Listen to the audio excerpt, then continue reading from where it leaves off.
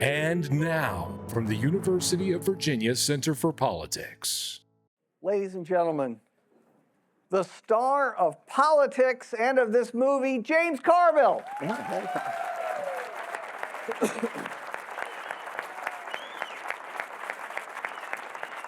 Yeah. Oh, thank you.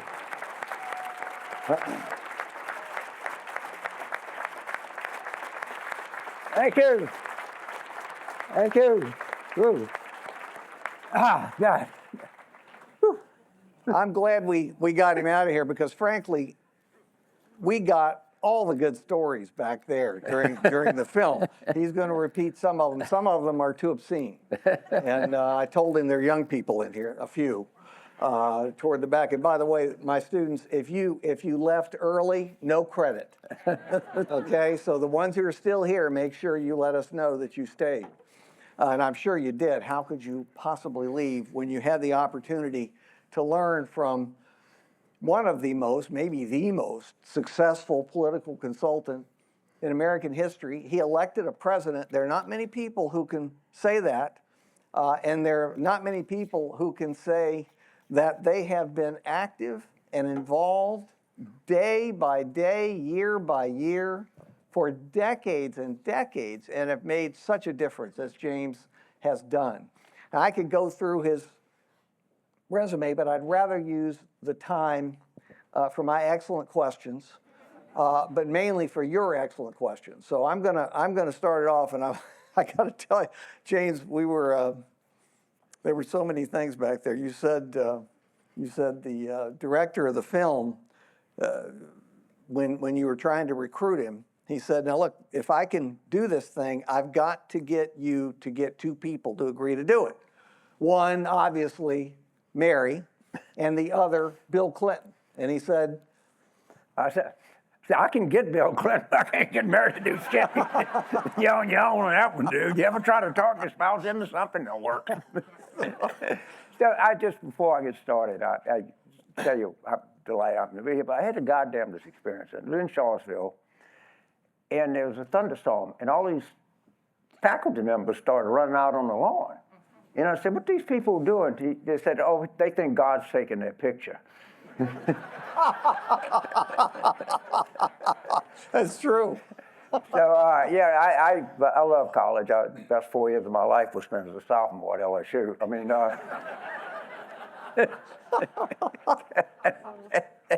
so, yeah, Larry was the director. Took her on a date to Cafe Milano, and they bonded over Gore Vidal, because Gore worked with Matt Tannhauer, the director at Vanity Fair, and Mary had read everything that Gore Vidal wrote. And I was telling an interesting thing. So they went out to our place in the Shenandoah Valley where I'm going tonight, deep red Shenandoah County. And the 6 hours he interviewed her, and the cameraman didn't have a tripod. I think I almost died. He wouldn't let it hit you. You got to keep shooting. You got to keep shooting. You got to keep shooting. I get it. And they do one of these films. I think he told me there was 900 hours of archival footage and 80 hours of just stuff that they had. And so when you watch that, you're going to think, that guy's got to get that down in a minute, an hour and 38 seconds. It's pretty amazing. I mean, you think about it. Well, it was an amazing film. It's very instructive. And the major reason why it was done, other than to, I think, focus on this incredible man and the incredible marriage and his incredible campaigns, is civic education, which, as you know, and you knew this was coming because I have to have a commercial, as you know, that's the purpose of the Center for Politics at the University of Virginia. And you go to our website, centerforpolitics.org, and there's a direct portal for contributions. You're not even laughing. This is like my class again. No laughs, nothing. No, you go there tonight, and I'm going to know who goes. Okay? So if you ever want to be invited to anything else, I'm just letting you know. And James told me to say that. I wouldn't have said that on my own. But he knows how to do this thing.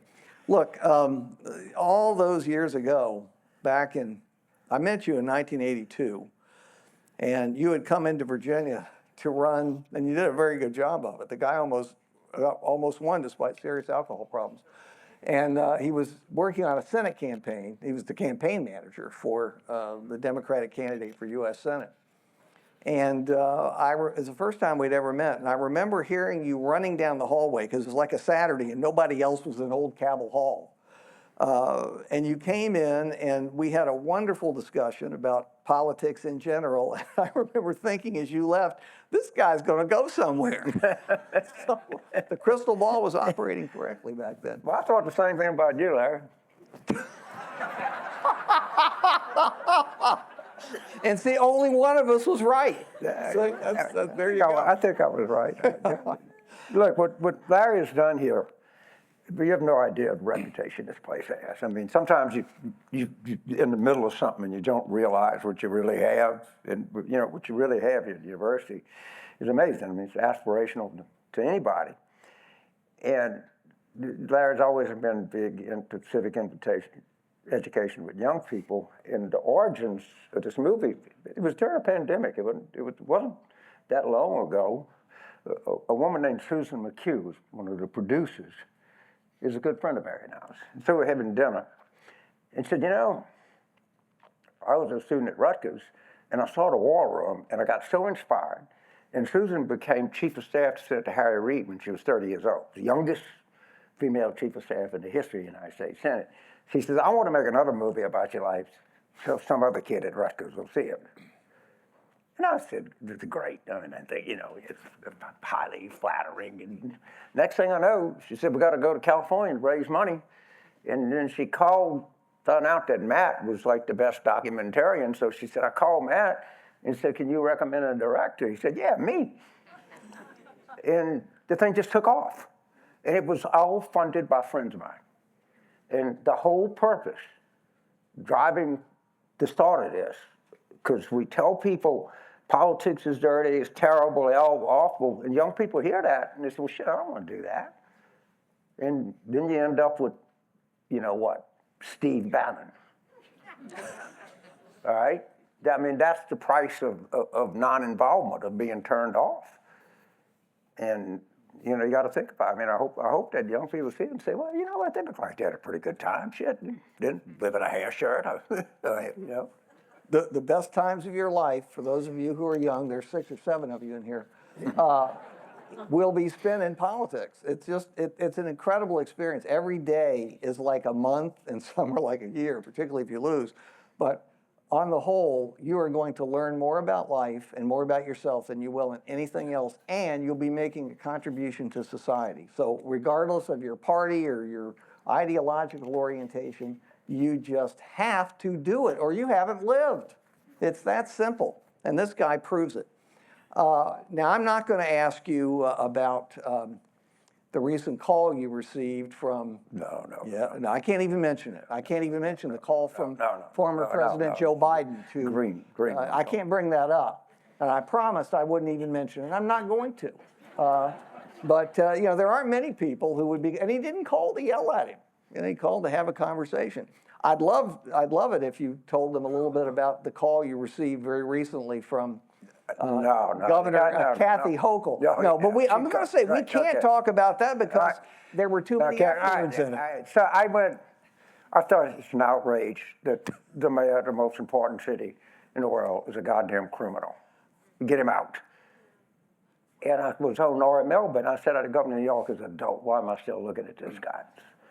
But 5 minutes later, I get a phone call, and look at, you know, I've used the F word before. I'm gonna shock y'all, but pretty salty guy, right? And man, I'm getting one F, MF, F, and and every time I get a call like that, it's Kathy Hochul. And I always say, I'm being taped. And I said, yes, ma'am, that's Governor. Well, I'm sorry, I just think it's outrage, and that's just my feeling. She said, there's a process in place. You don't know what the goddamn process is. And all we need people, you know, cable TV jocks. I said, well, thank you. I mean, I just said, if the tape of the thing ever gets out, I said nothing but yes, Governor. Well, I just disagree with you, Governor. With all due respect, I'm not going to change my mind. But, you know, one of the great things about my life is I get to talk to a lot of different people about a lot of different things. And people will say this to me, you see, James, you can get away with saying shit no one else can. And maybe it's true, because there's nothing to fire me from. So I'll just say shit no one else can. It's kind of a good place to be in life.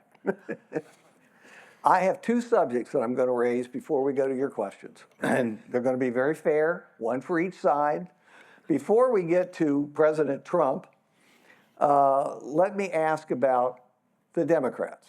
And it's a two-part question. First thing is, you were one of the very first, maybe the most prominent person early on to say that President Biden should, in essence, fulfill the promise I thought he made when I heard him say that he was a transitional figure, that he would serve one term. He'd be the modern James K. Polk. That was my view of it, because it's the only thing that made sense if somebody is going to be 82 in the election year. You spoke out very early and suggested that this was not the wisest thing to do. I'd like to hear more about the reaction to that, and then I want you to transition to talking about what the Democrats have to do now, because what they're doing now is pitiful, and I say that without having brought my paddles to show you. I was going to have pitiful. I was going to put pitiful on it, but I didn't. I left them at home. I apologize. Go ahead. I'll answer the first question quickly. I'm 80. Unlike most people, I have some idea of what that job entails, and you can't do it at 80. I don't give a shit. Okay, you just can't. I couldn't, he couldn't, no one else could. And I thought that the other searing conviction I have never seen a political party with more talent than the current Democratic Party has. Just staggering, breathtaking. We got so many 350 hitters stacked up in AAA ball, I can't begin to tell you. And I wanted to see us have a competitive process, and had we done that, we'd have won 54%, 53%. And I just was not going to change my mind. So let's talk about the current state of the party. First of all, people don't like the Democratic Party. Even Democrats don't like it. Why? Because the political party is supposed to win an election. And when you lose, people don't like you. Okay? That they don't like. It's no good. And there are certain people, and you know them, they would rather lose on principle. Oh, shit, shut up. There's something tawdry about winning. Oh, you don't think winning is good? How you like losing this last election? How does that feel? Okay, really? So I wrote a piece, and I said, right now, because everybody, hoo-ha, what Democrats need to do is play possum. Be strategic, not to charge at the light brigade. And people were going crazy. And we got the country's at risk. What's Carville talking about? He wants to raise the white flag. I was making a point. You got to be a little rope-a-dope. You got to be come in, come out. So you watch this nonsense Tuesday night, banging walking canes and holding up a auction card and protest. Stupid. Then you see Senator Alyssa Slotkin come on and give a beautiful response. Very measured, very to the point, all right? And I think we gotta be smart, we gotta be measured, and I'm speaking to the House Democrats a week from today, and my point is this is what I really think as a human being. I think the country is really, we could lose the whole goddamn thing. I have never been more afraid in my life. I thought the Iraq War was stupid, but I never thought it was going to be the end of the country. Even Vietnam is massively stupid as that was. Right now, the whole thing could go. And we have to be smart, we have to be clever, we have to be strategic, all right? So the Secretary of Agriculture, you understand, the Secretary of Agriculture of the United States of America, George Washington, Thomas Jefferson, founder. The Secretary of Agriculture was asked about high egg prices. He said, well, people ought to raise chickens in their backyard. Well, to have a chicken coop for us now, okay? That kind of let them eat cake crap.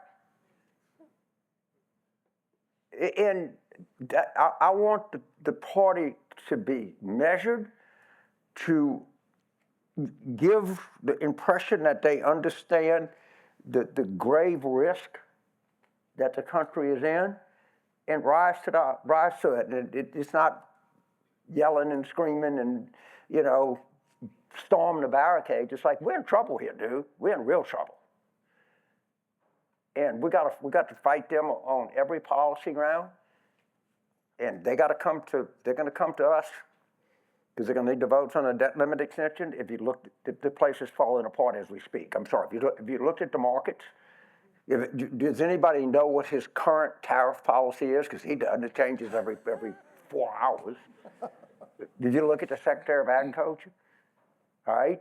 Have you looked at who we're siding with in the United Nations? We're now voting with Belarus, Russia, and North Korea. Boy, that's the frat we all want to run in, isn't it? So that's my whole point, and that's just what I believe. You do have to be strategic, absolutely.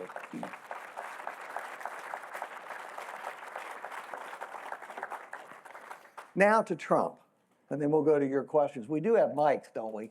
Okay, very good. There's the guys. Who else has a mic? Just you? Surely we got 2 of them. Okay, where's the other one? I can't see you. Oh, there you go. Those are the 2 to assault, you know, if you have a question. And obviously it has to be a good question, because as you can see, James is very shy. Very difficult to draw him out. So you've got to ask a good question. But those are the 2 that you need to go to. Let's go. You mentioned, obviously, some of the things that are going on with Trump. But tell us why you think Donald Trump, as I've heard from so many people, is a threat to the Republic. One reason above all, he does not like the United States. We have a president who doesn't like the country he's leading. We know he doesn't like the Constitution. He doesn't even like his own voters. He calls them the poorly educated. He doesn't like women. He doesn't like immigrants. He doesn't like anybody. He does not like him. He doesn't like the people that live in this country. And he says it, that the whole country is nothing but a bunch of fat slobs. Have you ever looked in a goddamn mirror? Calling me a fat slob? All right? So that's what you have. You have somebody that's the leader of a country that's pulling against the country. All right? Understand that. And that's not if you think about it, he doesn't like this country. He doesn't like its laws. He doesn't like the people that live in it. He likes criminal authoritarian states. That's just what you got. And to not realize that is like to not realize what's right in front of your face. But you got, it's dangerous, and you gotta fight it with being clever. You gotta fight it and draw them out. You gotta be able to frame an argument. You gotta be able to pivot away from another argument. You know, they get all this. They asked me about this whole transgender. I said, look, I don't care who runs in a state track meet. Somebody figure that out. That's not my goddamn problem. All right, I'm not going looking in bathroom stalls trying to figure out who's behind it. Just if you want to do that, you do that. Okay, don't even get into that kind of crap with it. Just get out of it. Make them look ridiculous.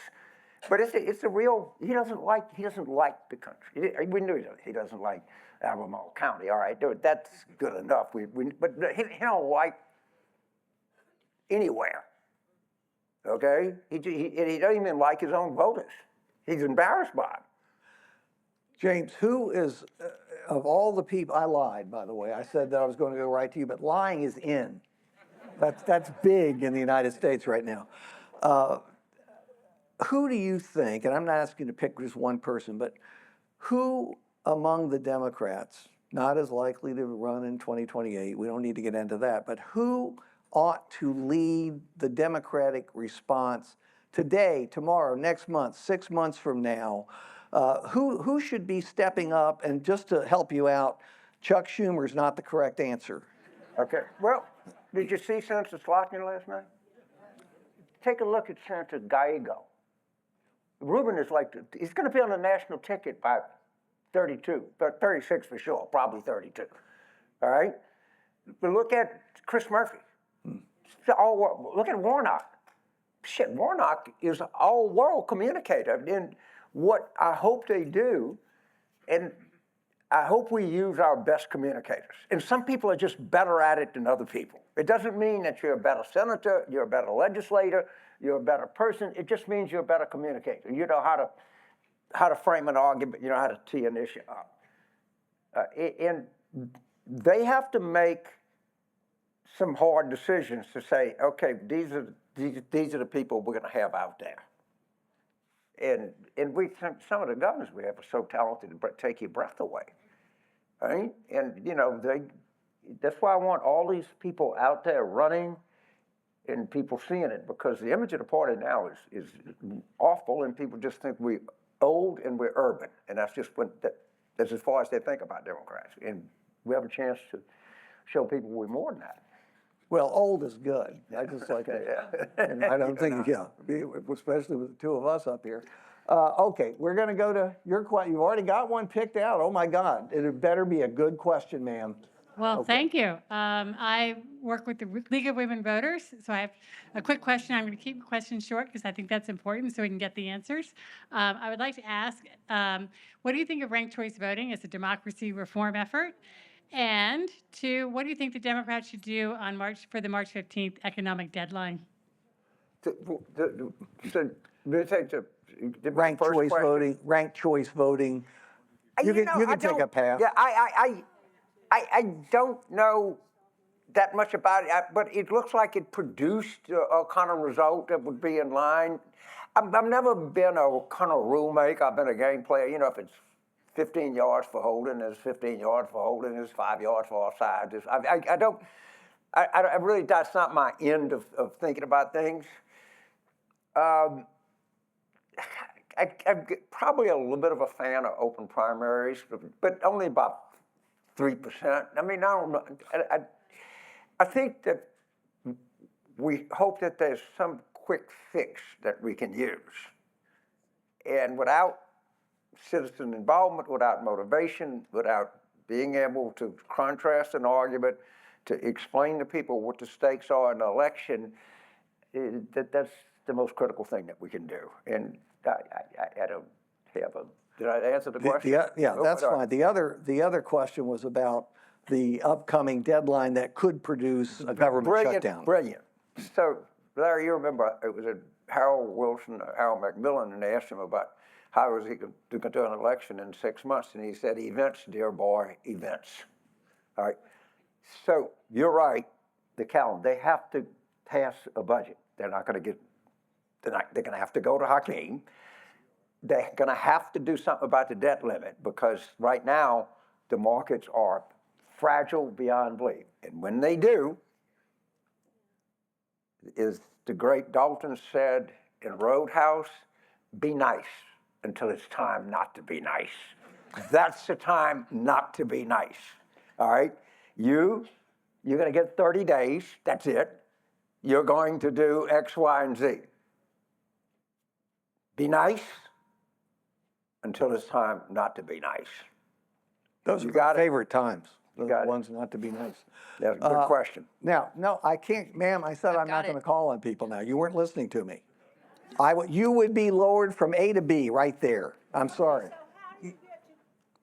I've got the You have to raise microphone. your hand, and then one of them I've comes got the over and shows you. microphone. Who's next? Yep, I've got the microphone. Who's got the mic I down there? do. Okay. Hey, The person why don't you standing. tell us who you are, too? That would help. Sure. My name's Ruth McWilliams. Mr. Carville, what is one thing that each of us can do now, short term, before voting the next time we get to vote? So you are going to be involved in a really important election. Nationally consequential, and that is the gubernatorial election in Virginia. Spangenberger's going to win. We have to. All right, but the margin matters, and matters bigly. All right, because Virginia comes in and does what I hope it does, and elects a Democrat by by a margin where people go, oh shit. That's going to give people hope. That's going to discourage them. That's going to help us recruit better candidates in 2026. It's going to stop them from recruiting good candidates. You're lucky. You're getting ready to play this year in a really significant election. So get involved. I'm a kind of big believer in postcard writing more than other people, but whatever you do, you pick out, some places, maybe you send, depending on your circumstance, send a check to people, and, call relatives, say, look, we got to go out and vote. Look what they're doing to federal employees. Look what they're doing to the Commonwealth. Roll that baby up. Every vote, people are going to look at that, and they're going to and we want them to get bug-eyed when they see the vote coming out of Virginia. The postal service, the postal card is a good idea, except we don't have mail delivery around here anymore. So we'll have to do it some other way. Do it simply, yeah. I guess. Who's next? Oh, you got the mic. See, you did the right thing. You followed the Put directions. a chicken coop sign in your front yard.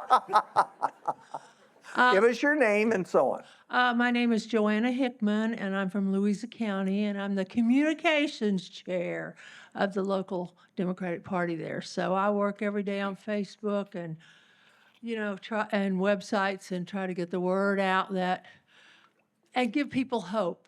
Give people hope that we can do something about it. And I'm seeking some hope. I, like you, think that the country may not make it till another presidential election. And I've thought about this a lot. What can we do now? Can we impeach? I mean, you'd have to impeach Trump, Vance, and go down to Johnson. So, I mean, what can we do? I'm going to be very candid and very honest with you. This waste of time. We're not going to impeach it. We don't have any power. Understand that. We have no power. We don't have the House. We don't have the Senate. We don't have the courts. We don't have the presidency. We don't have the bureaucracy. We can't pass gas.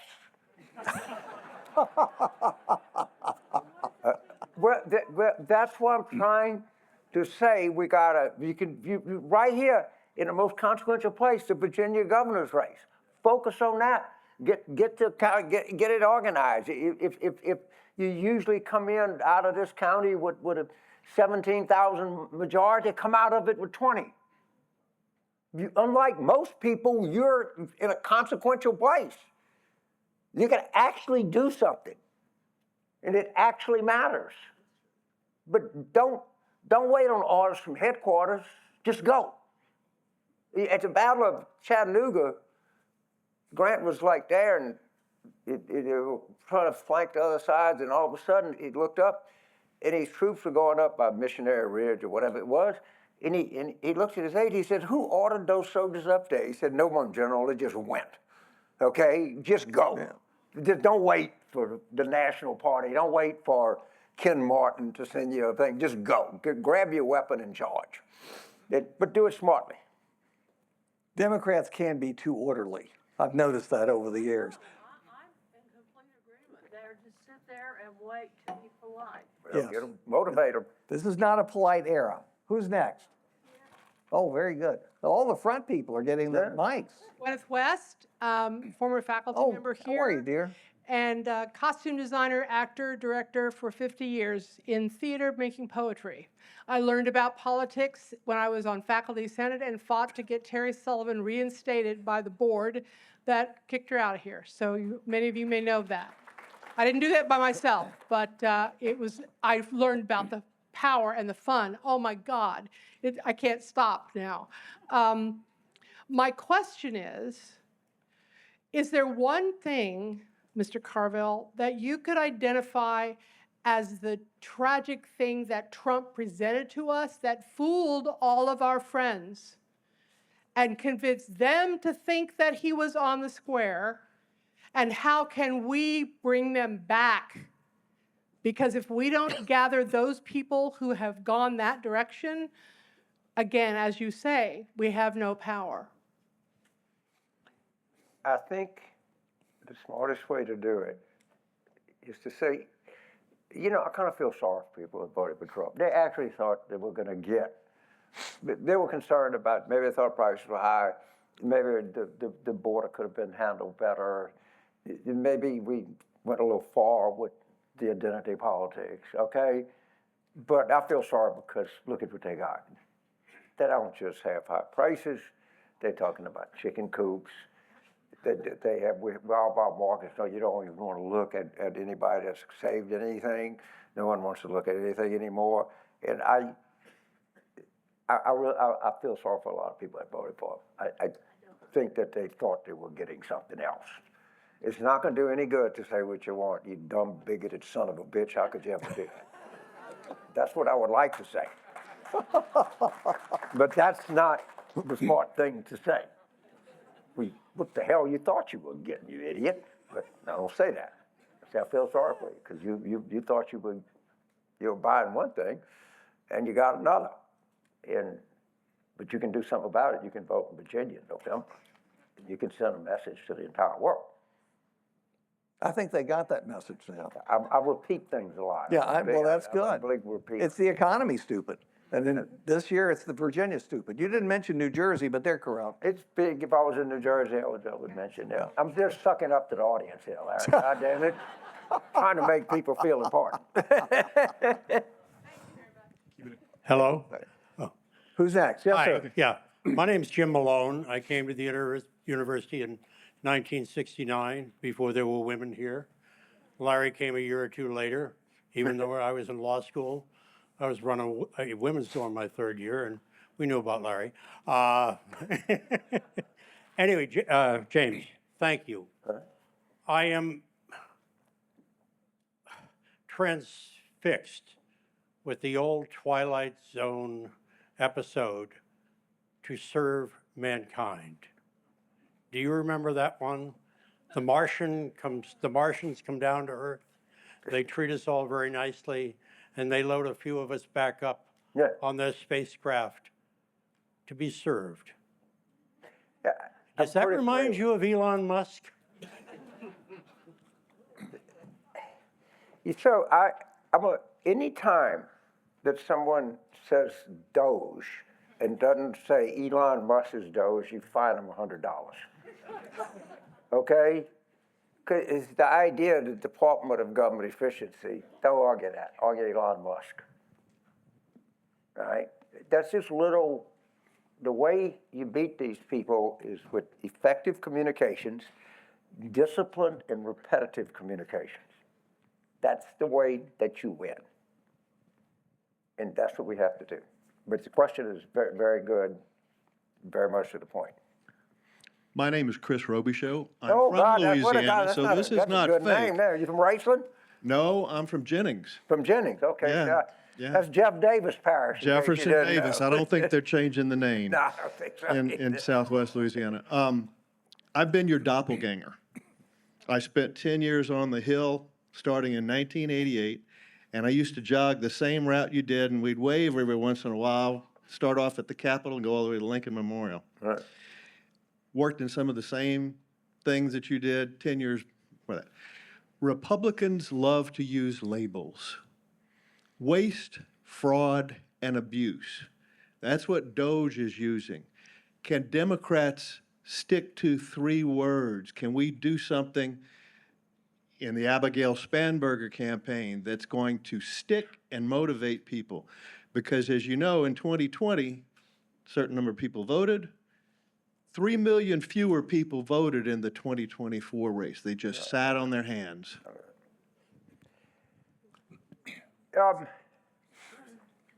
Look, the opposition is starting to form. And Right now, we need really talented people to get out front. But it's not about government efficiency, it's about Elon Musk. My favorite statistic is, you know how big the growth in federal employment has been from 1965 to now? None. If the federal government fired every person that worked for it, you would save 6%. Now, but you say what Elon Musk is doing, don't call it government efficiency. Don't call it waste, fraud, abuse. Call it Elon Musk. Elon Musk's favor among Wisconsin Democrats is 94-1. He is going to be the greatest turnout generator in the history of the Democratic Party. He's going to turn out more Democrats than Barack Obama could turn out. Okay? You cannot say Elon Musk enough. Elon Musk, Elon Musk, Elon Musk, Elon Musk.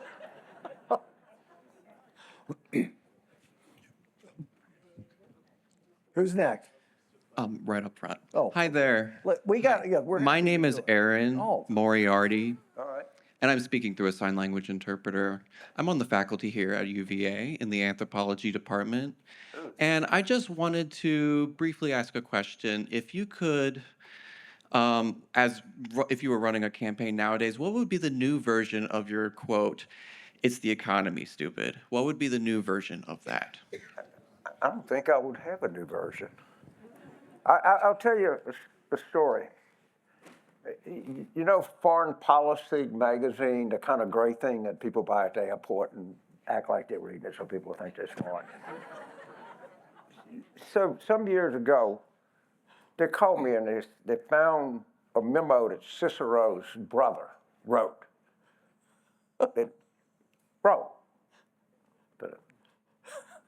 And I read the memo and I concluded, well, shit, we ain't thought of anything new. And there is nothing that will ever substitute the ability to frame an issue, all right? To be able to have a relevant, repetitive thing that people understand. There is no next new thing in politics. So we say, well, look, James, look, you got the internet now. You realize what happened when the printing press came? That changed things like you couldn't play. What about when if you lived in a side house in Nebraska, and one night you didn't have radio, and the next night you had radio, you had a really different life. And it was television. How are we going to do? I mean, my point is not, yes, we have all of these alternative places people get to, but at the end of the day, it's still about being relevant and correctly framing issues. Now, what medium you do that on, that's for somebody else. But and just think of a person, how many economic interactions a human being has in a day. I mean, how many exchanges do you do in a day? You buy this, or you stop, and you gas, or you do whatever, or you have money and you pay your mortgage. But you're never going to get away from that because that's what people have. Every 10 minutes, you're interacting with the economy. And you might have different ways to express it, but at the end, I don't think that's going to change. I think I think it was there in ancient Greece. Hi, Mr. Carville. My name's Matt Farwell. Can you stand up and, yeah, there you are, okay. I saw you speak about 25 years ago. I'm to your left, sir. Down in Norfolk with Mary. Right. And I'm curious, given I'm also an Afghanistan veteran, and given your opposition to the Iraq War, how do you reconcile your party's embrace of a lot of the people that made that happen simply because they were anti-Trump? And how do you think that resonated with people like me? So you're from Norfolk, aren't you? I am from Norfolk. We don't absolutely. smoke, drink Norfolk. I mean, never mind. Slipped out. So, look, I had the unfortunate experience of being the Marine Corps during the Vietnam War, which was a classic mistake.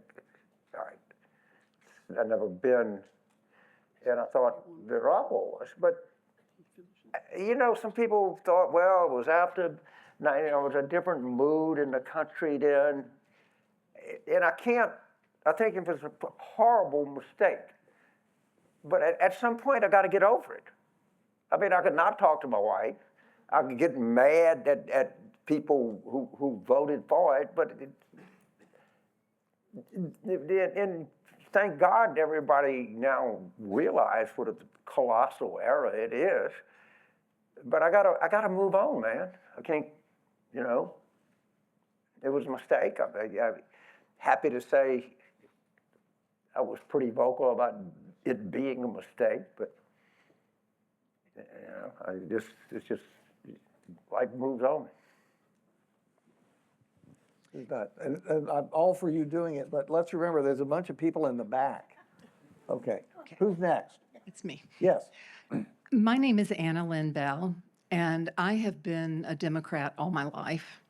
And I have been struggling in the past year trying to figure out what the identity of the Democratic Party is. It feels incredibly fragmented.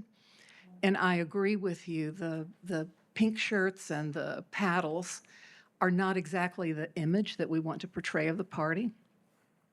And so I'm wondering, because you mentioned this on a recent radio program that you did, about having a retreat with a group of the Democratic Party. Is this something that you will talk to them about? Because I think a lot of our questions, you know, what are the key words, get at this central issue and why we have difficulty explaining who we are. Okay. So Thank you. if you think about what the Democratic Party is, it's actually a coalition party. All right.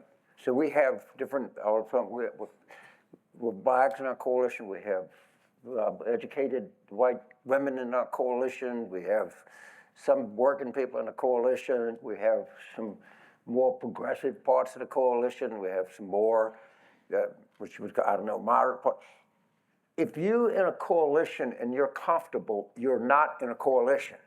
The nature of being in a coalition is different coalition partners have to express some discomfort at one person, at one or the other. So the Democratic Party, to be successful, can't make everybody feel comfortable. All right, it's a little bit about, am I willing for the greater good? Do I think that some of the more identitarian wing of the party is counterproductive? I just say, oh, yes, but I'm glad they're in my coalition. All right, and I mean, that you can't ask that which we can't deliver. If you want to be in a cult, then you could be with them. There's a coalition versus a cult. I'm glad I'm in the coalition party. But I understand that it takes some give and take. And that's, you know, and I hope that the coalition will be united under the idea we just got to win. Shit, don't worry about all this later, okay? We can have all of the internal squabbles we want after the election, okay? That's the critical thing that we got to do. And a little discomfort here and there, don't worry about it. Soldier on. Who's next? We got one in the back at last. Jim Bailey. I grew up in central Pennsylvania, and I lived in Little Rock for 10 years. And so when I go back up to Pennsylvania to visit and see friends, essentially they feel that they've been left behind. Coal's gone away, textile mills have gone away, and nothing's come back. And I assume that's what's transpired throughout the whole Rust Belt. And those are the states that were lost in this last election. So how can the Democrats, and they've now gone to Trump, those people, when I talk to them, they're Trump supporters. So how do the Democrats get them back, and what can they do for them? Well, part of the project, one of the things is, we're not going to carry Bradford County, Pennsylvania. Okay, it's not going to happen. All right. You're not going to carry Butler County. But what you can do is you can lose by less. The difference between losing a county 80-20 and losing a county 75-25 is all the difference in the world. And that's not very inspiring to say the trick is we got to lose by less. But that's how you, and the party became very educated and very coastal. And I got to tell you, some of the vapors that you get from certain quarters of the Democratic Party say these people don't, they actually look down on you. And I'll give you a good example, Larry. So we played Clemson in a national championship game in New Orleans, January 13th, 2020. It kind of sticks in your mind.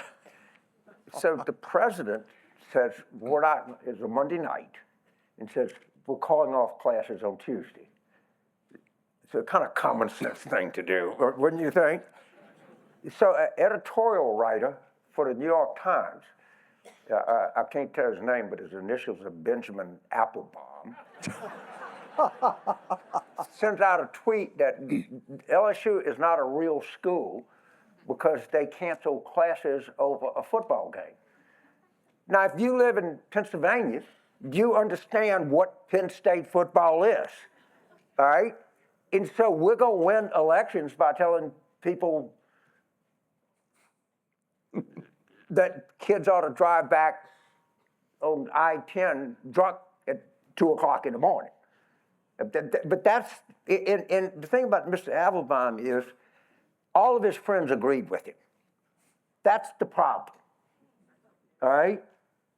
And so if you show contempt for certain people's culture, look, we made some mistakes. I mean, in all those mistakes that people make in politics, and I want to talk to you students, 9 times out of 10, when there's an F up in a campaign, it's when they talk to their own people. Where did deplorables come from? Talking to your own people. Where did God, guns, and Bible come from? Talking to your own people, all right? And so when people get in, I get here and I get at UVA, I get all excited and everybody's educated. I can't say anything different to you than I would say if I was at SMU. And so I just caution, but we have not given off the ideas that we see these people, that we understand them, that they have had, now certainly not, I don't think it's much Democratic policies, near as much as they have culturally rebelled against us. And there's certain things that we can do to tamper that kind of rebellion. We're not going to win, but we don't have to. But we can do better. We can tell people that we see them. And I think a lot of people say, we kind of blew it with these people. We could have been a little nicer to them. We could have thought more about it. I really believe that. I think some of that comes from kind of arrogance, what I call coastal condensation, or metropolitan triumphalism. They see TV.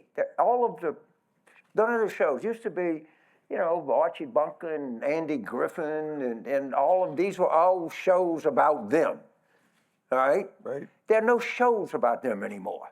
There's no movies about them. The culture has just literally driven them away. And, now, was there a time, with the two ascendant, but they feel culturally left out by coastal culture. And I think coastal culture has to take some responsibility for that. This will be the final question to your right. Oh, right here. Where are you? Right here. Oh, okay. Young person. Hi, I'm Gianna. I'm a first year here from Chicago, and I'm also in. Okay, wow. And I'm I also mean, in. he's a first year freshman. Okay, Yeah. I just wanted to be sure. And then I'm also in Professor Sabato's class. So, She's an A student. thank you. My question is, do you think in the coming years that a younger person would benefit the parties that are picking their next candidate, or do you think a lot of people perceive younger as being inexperienced? So let's start. There's something I want to highly recommend to everybody in here. And it's Scott Galloway TED Talk on young people.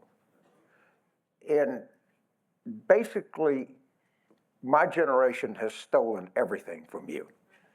Literally, the budget, the everything is that. So when you tell a young person that the economy is good, they go, what's that guy talking about? I'm drowning in student debt. I can't afford a house. I'll never get a house. I'll never be able to educate anybody. And all of these old people are getting favorable tax treatment or just sitting on stuff, and they're stifling opportunity. And I don't blame you for feeling that way. There's good reasons for you to feel that way. So my idea for the Harris campaign is my idea now, Democrats. Let's raise taxes on people that make over $400,000 a year. Let's take that money and put it into a first-time home buyers relief fund or rental fund. So when I went to LSU Law School, it cost me $130 a goddamn semester, all right? I had the GI Bill, all right? I got every month, I got a check for $300. I could do whatever I wanted with it. I could buy textbooks with it. I could go to the French Quarter. I could go to the fairgrounds and bet it out. I buy a house, I'm guaranteed the lowest mortgage that you can get. I'm guaranteed no down payment. I never knew anyone that had student debt. I'd never heard of it. All right?